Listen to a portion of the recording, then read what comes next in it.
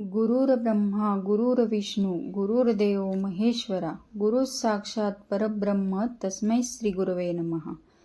गुरुपौर्णिमा म्हणजे गुरुविषयी कृतज्ञता व्यक्त करण्याचा हा दिवस. प्रत्येकाला माहिती आहे की या विश्वामध्ये जन्म घेणाऱ्याला परमेश्वराचे सानिध्य लाभावे यासाठी श्री गुरूंचे चरण धरावे लागतात. तर आपण सर्व भाग्यवान आहोत की आपले स्वामी महाराज हे आपले गुरु आहेत. नमस्कार, श्री स्वामी समर्थ.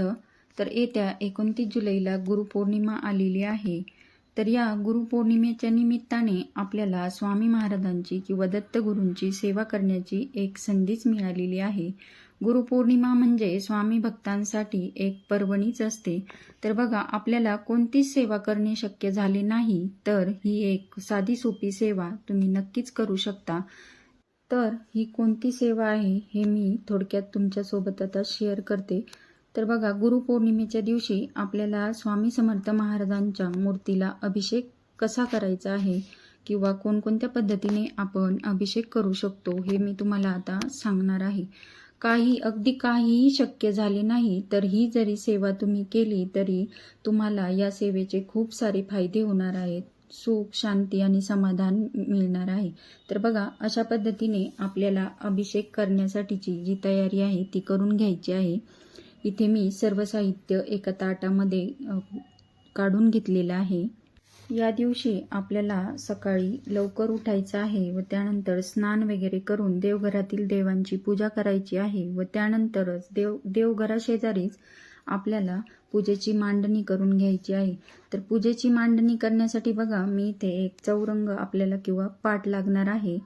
तर त्यावर मी एक लाल किंवा पिवळ्या रंगाचे आसन टाकून घ्यायचं आहे किंवा वस्त्र टाकायचं आहे आणि एक दिवा लावून घ्यायचा आहे. बघा, मी इथे दिवा लावून घेतला आहे व त्याची पूजा करून त्या दिव्याला एक फूल वाहून घेतलेलं आहे. त्यानंतर स्वामींना अभिषेक घालण्यासाठी आपल्याला एक ताम्हण घ्यायचं आहे व त्यामध्ये अशा रीतीने स्वास्तिक काढून घ्यायचं आहे व त्यामध्ये स्वामींची मूर्ती ठेवून घ्यायची आहे. मूर्ती ताम्हणामध्ये ठेवून घेतल्यानंतर स्वामींच्या मूर्तीला एक फूल व्हायचं आहे व थोड्याशा अक्षता देखील अर्पण करून घ्यायच्या आहेत. अभिषेक सुरू करण्यापूर्वी आपल्याला नित्यसेवा या ग्रंथातील स्वामी स्तवन एक वेळा वाचून घ्यायचं आहे व त्यानंतर गणपती अथर्व शीर्षाचं देखील वाचन करायचं आहे व त्यानंतरच आपण अभिषेक करण्यास सुरुवात करायची. अभिषेक करताना सगळ्यात अगोदर आपल्याला स्वच्छ पाण्याने अभिषेक करून घ्यायचा असतो.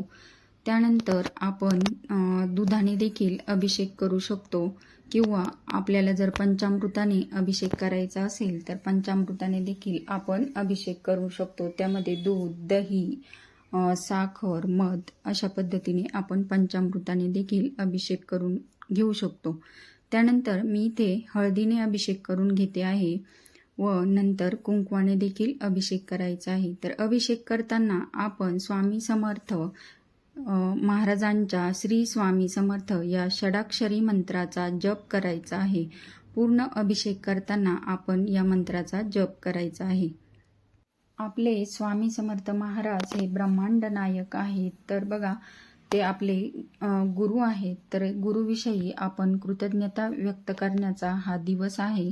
तर बघा, इथे अभिषेक करून घेतल्यानंतर मी स्वामींची मूर्ती एका कापडाने स्वच्छ पुसून घेतलेली आहे. त्यानंतर आपल्याला ती स्वच्छ पुसून घेतलेली मूर्ती पूजेमध्ये मांडायची आहे. त्यासाठी मी एक छोटासा चौरंग घेतलेला आहे व त्यावर लाल रंगाचा आसन ठेवून स्वामींची मूर्ती तिथे ठेवून घेतलेली आहे. त्यानंतर स्वामींना अत्तर लावून घेते आहे. तर स्वामींना हिना अत्तर हे अतिशय प्रिय आहे. तर बघा, इथे मी अत्तर लावून घेतलेला आहे. त्यानंतर स्वामींना तिलक करून घ्यायचा आहे, टिळा लावून घ्यायचा आहे. तर बघा, इथे केशर आणि चंदन मिश्रित गंध माझ्याकडे आहे तर त्याचा मी स्वामींना टिळा लावून घेतलेला आहे. त्यानंतर जर आपल्याकडे वस्त्र असतील तर ते वस्त्र घालून घ्यायचे आहेत व एक छोटीशी माळ स्वामींना अर्पण करायची आहे.